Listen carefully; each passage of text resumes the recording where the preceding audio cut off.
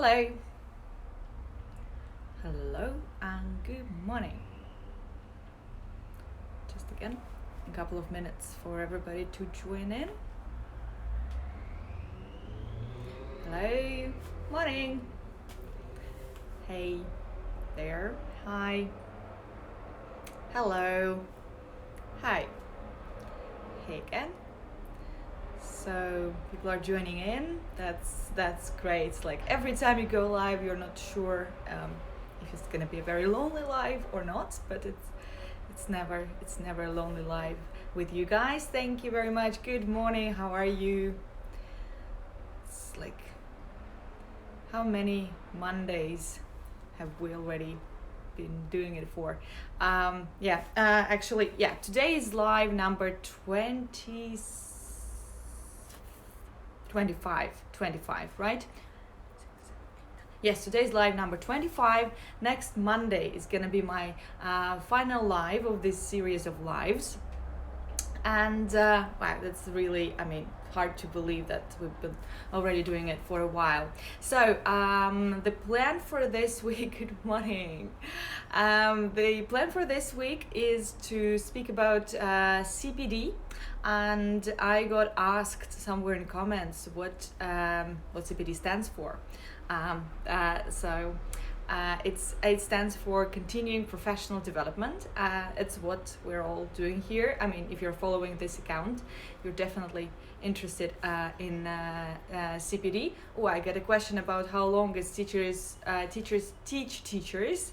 So our program is called Teachers Teach Teachers, and there is also a colleague from Ukraine. She does Teachers for Teachers. It's a little bit different project. So we're Teachers Teach Teachers, and we have several programs. We have the exam track that only prepares you for the exam, and it lasts 6 months, and the general English based on the outcomes program is actually for 3 years. So because we study once a week, and so our Teachers Teach Teachers is about continuing professional development. It's for teachers who who know that they will be constantly learning, and we're doing it together. So anyway, this week is about CPD. Today it's going to be me talking. I called my topic CPD for freelancers, but it's not maybe exactly accurate. There's just one tiny detail that's about freelancers, and in other aspects CPD doesn't really it's not really different from the others. It's okay. Yeah, I'm really always happy to answer questions about Teachers Teach Teachers. It's not a problem. Sorry for the mistake. No, so it's an honest mistake. Yeah, I know some people confuse it. So anyway, I'm gonna say a couple of words about what I think about CPD, some thoughts. I'd like to share some thoughts. I'd like to get some thoughts back from you, and then we'll have today. Then we're gonna have a series of lives with guests, and I'm going to talk about present this week after I've said what I want to say.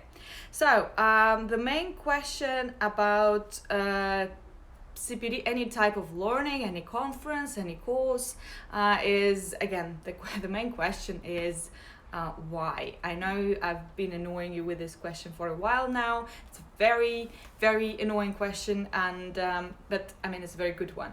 Yeah, when I'm applying for this course, why?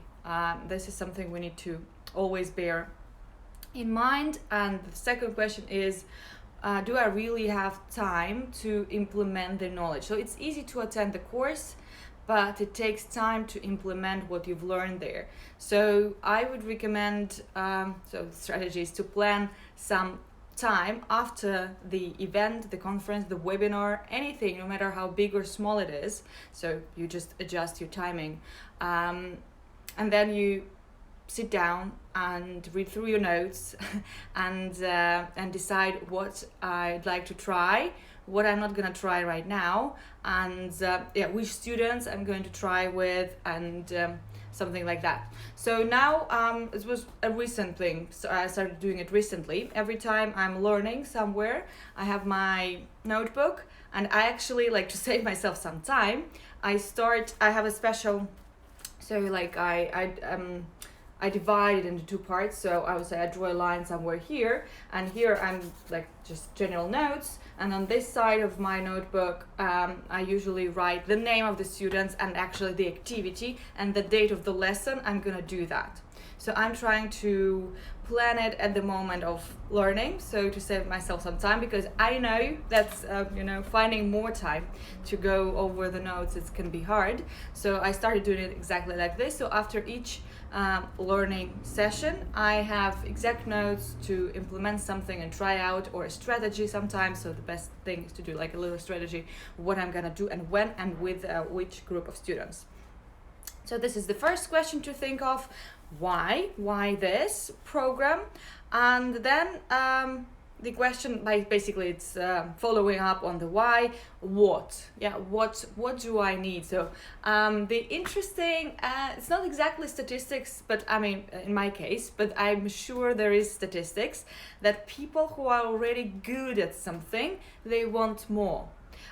So a couple of weeks ago, I think we had a question from a colleague. She was asking about, I'm a director of studies or an academic director, and my colleagues don't want to do anything. They don't watch the webinars I give them. They don't want, so they're already happy.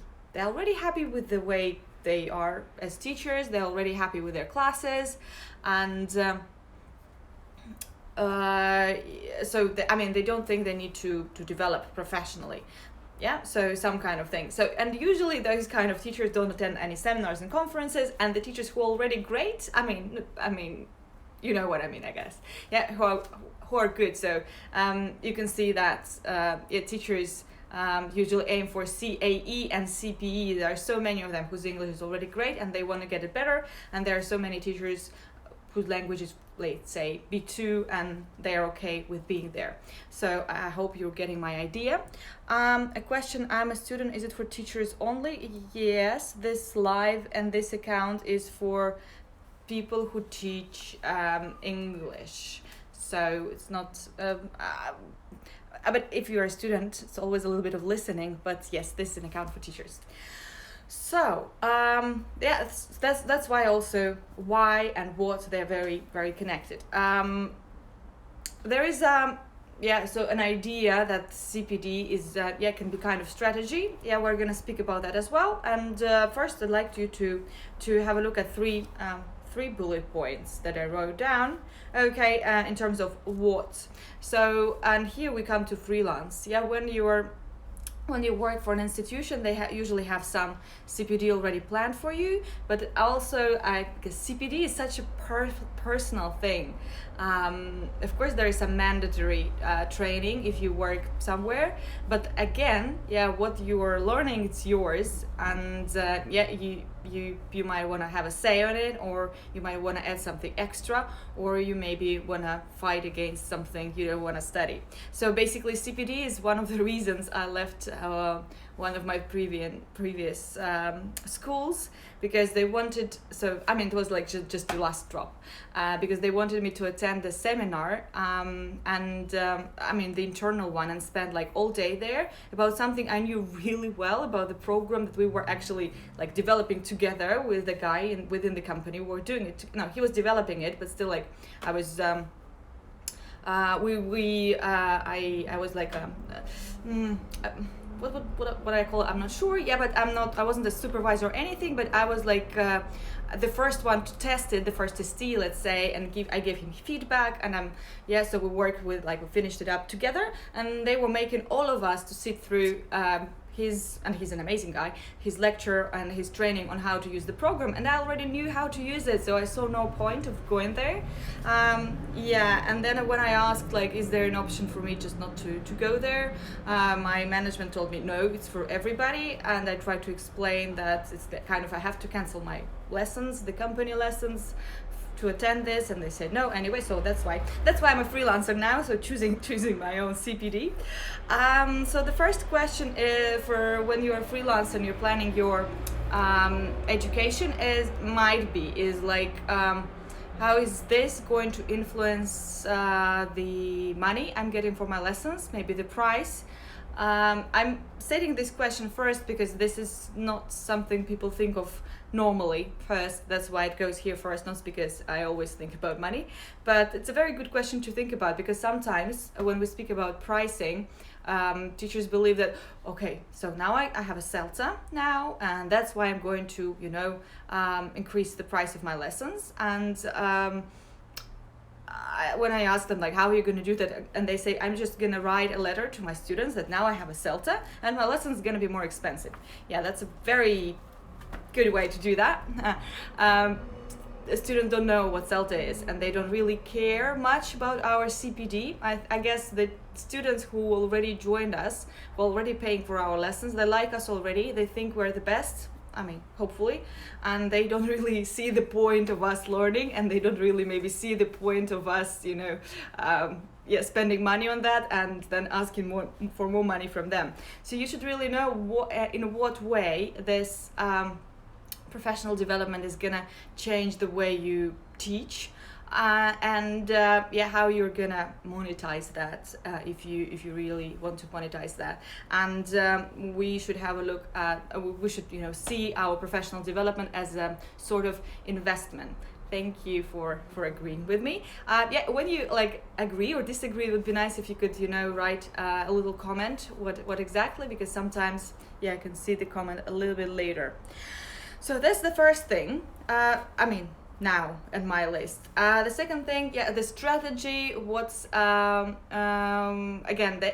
very close to why, so what I'd like to focus on, and this is something where we'll be talking about this week. I do believe that the more experienced teacher and person, actually it's any job, the more experienced you become, the more focused you want to be. So for example, my best friend is a dentist, and when he graduated from the university, he was doing all the dentistry stuff, fixing small holes. Actually, I'm not sure I can speak about dentistry in English, but anyway.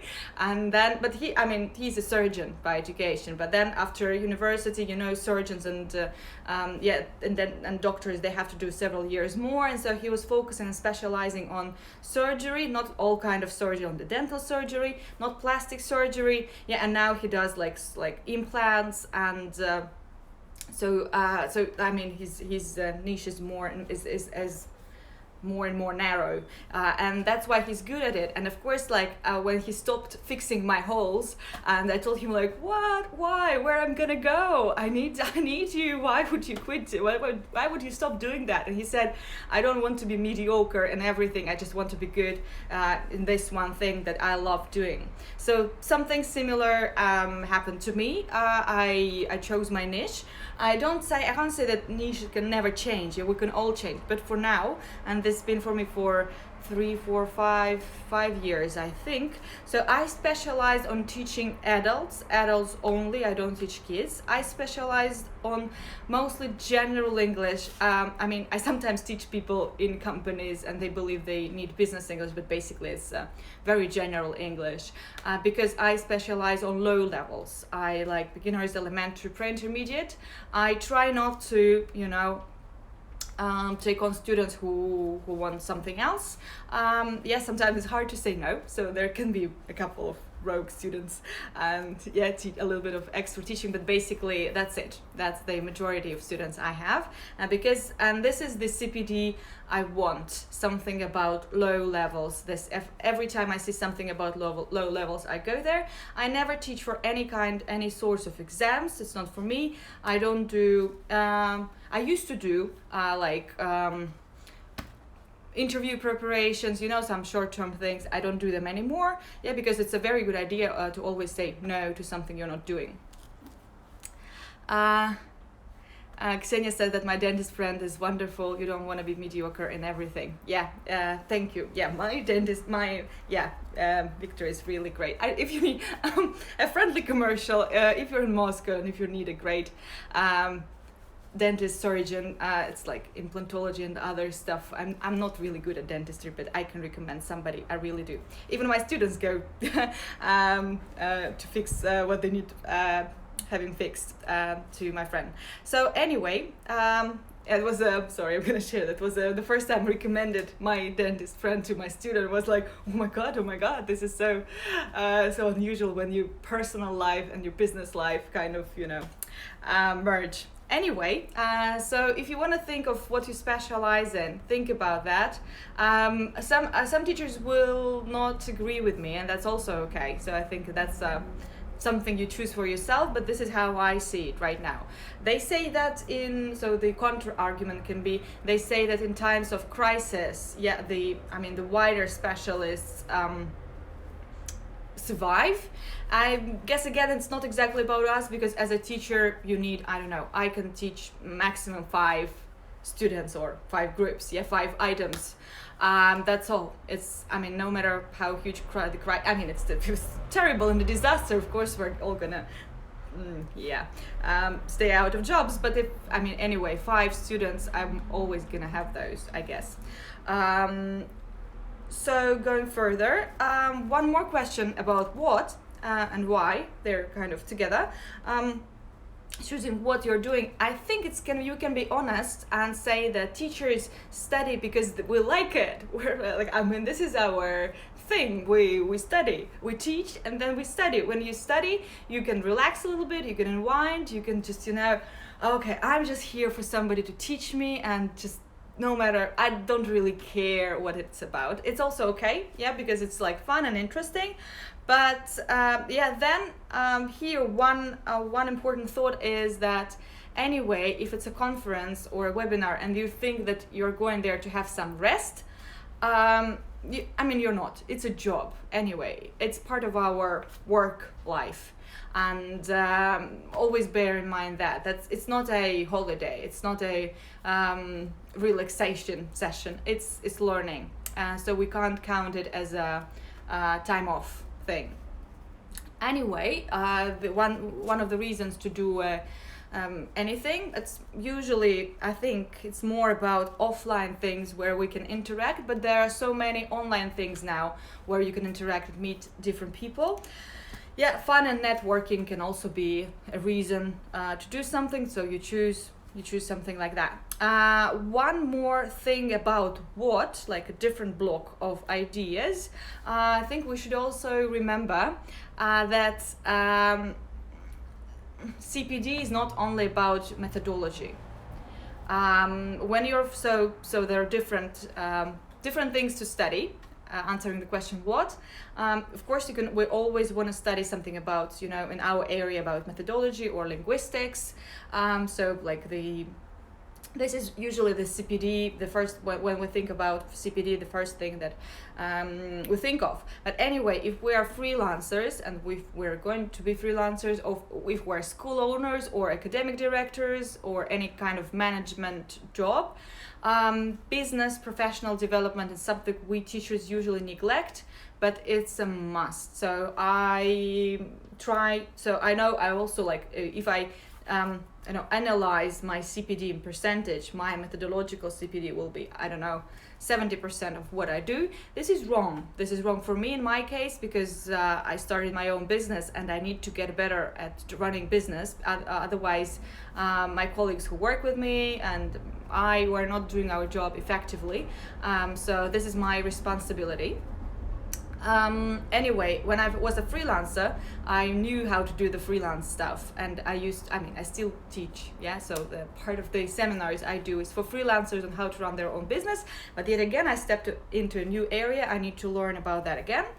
And so if you are a freelancer and you're not doing any kind of business seminars, not attending, think why. They're kind of, you need to step out of our comfort zone maybe a little bit, but this is something we need to do. And the third thing I think is extremely important, in the approach, communicative approach, any kind of communicative or lexical approach, the main resource of fun and interesting stuff in the classroom is conversations that you're having with your students. And to have an interesting conversations, you need interesting people in the classroom.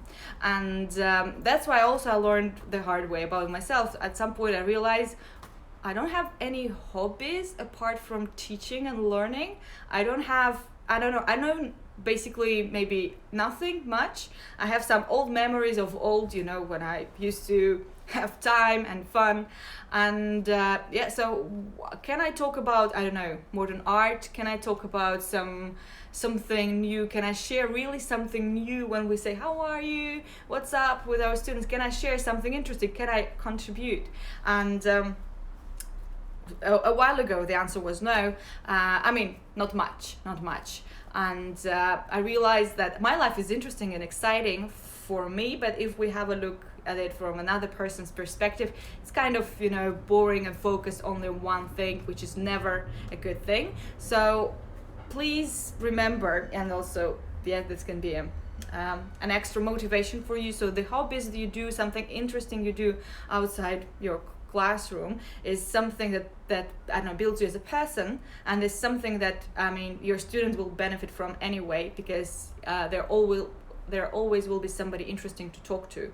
And this is what students, remember your learning experience. We usually stay with the teachers who are interesting people to talk to. So be that person, and to be that person, we also need some CPD, because we can run out of topics to talk about. Again, all my personal views, you can disagree with me, and it's perfectly okay.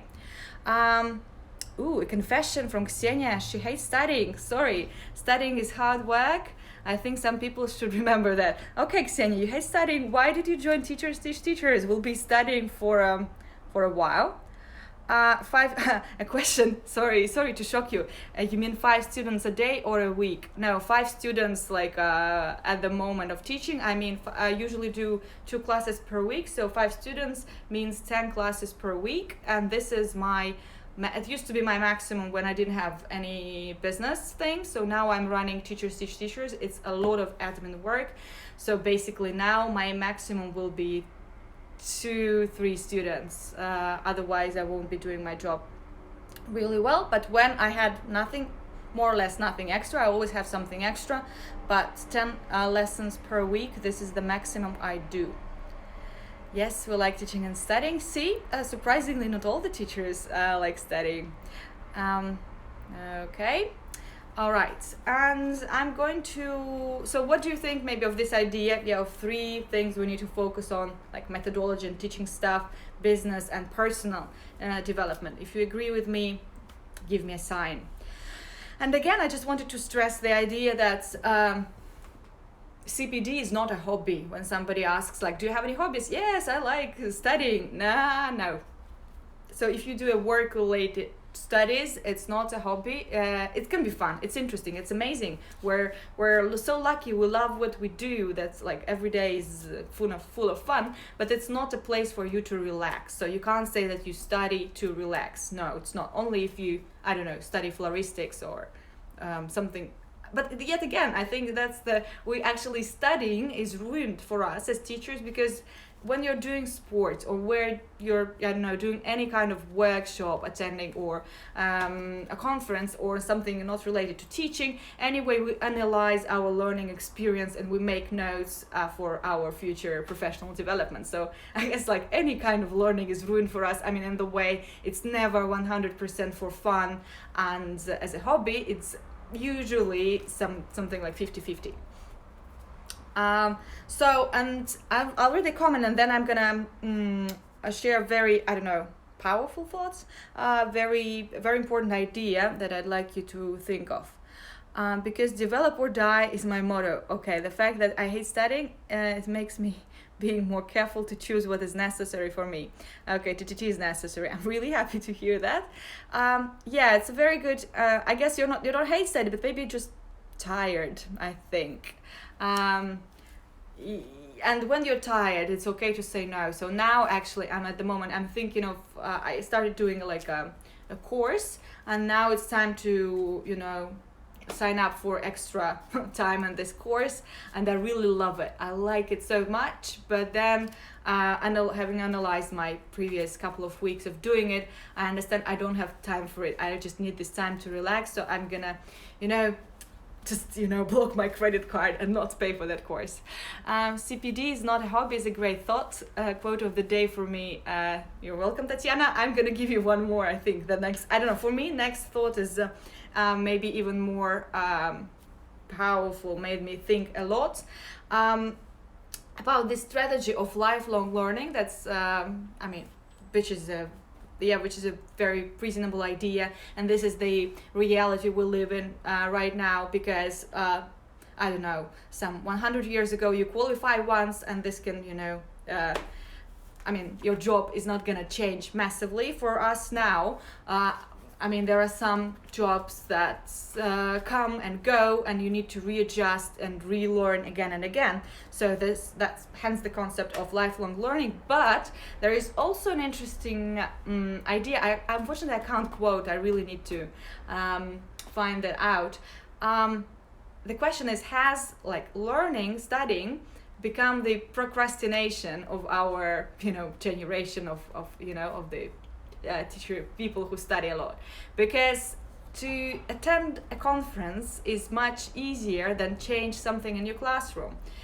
Do constant studying and learning and never implement, never having time, because there are so many things to learn about. So I don't really have time and to work it out and plan how I'm going to use it. So I just attend a conference after conference, a webinar after webinar, not giving myself time to think about it. So is it some kind of procrastination?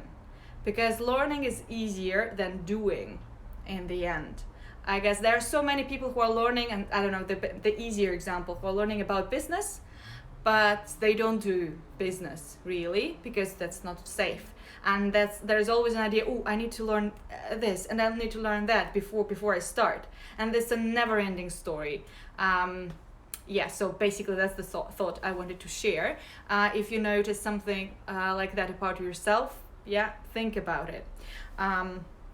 So dangers of CPD. I'm gonna finish with this thought and scare everybody off studying once forever.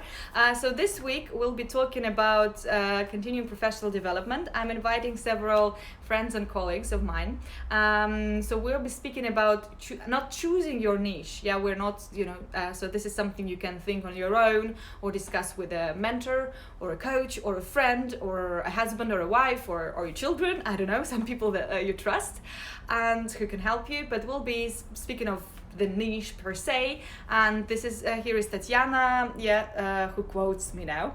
Thank you, Tatiana, about CPD is not a hobby. We'll be discussing CPD for teachers who want to focus on teaching kids with Tatiana Fanstein. We'll be speaking about exams tomorrow, by the way, with Irina Sidova, and we'll be speaking about teaching adults, and we'll be speaking about becoming a teacher trainer with Tatiana Polavinkin on Friday, and Thursday will be like a typical Q&A session. So this is going to be the final week of our this series of lives. Please join every day, and the final live will be on Monday. I'll see you there.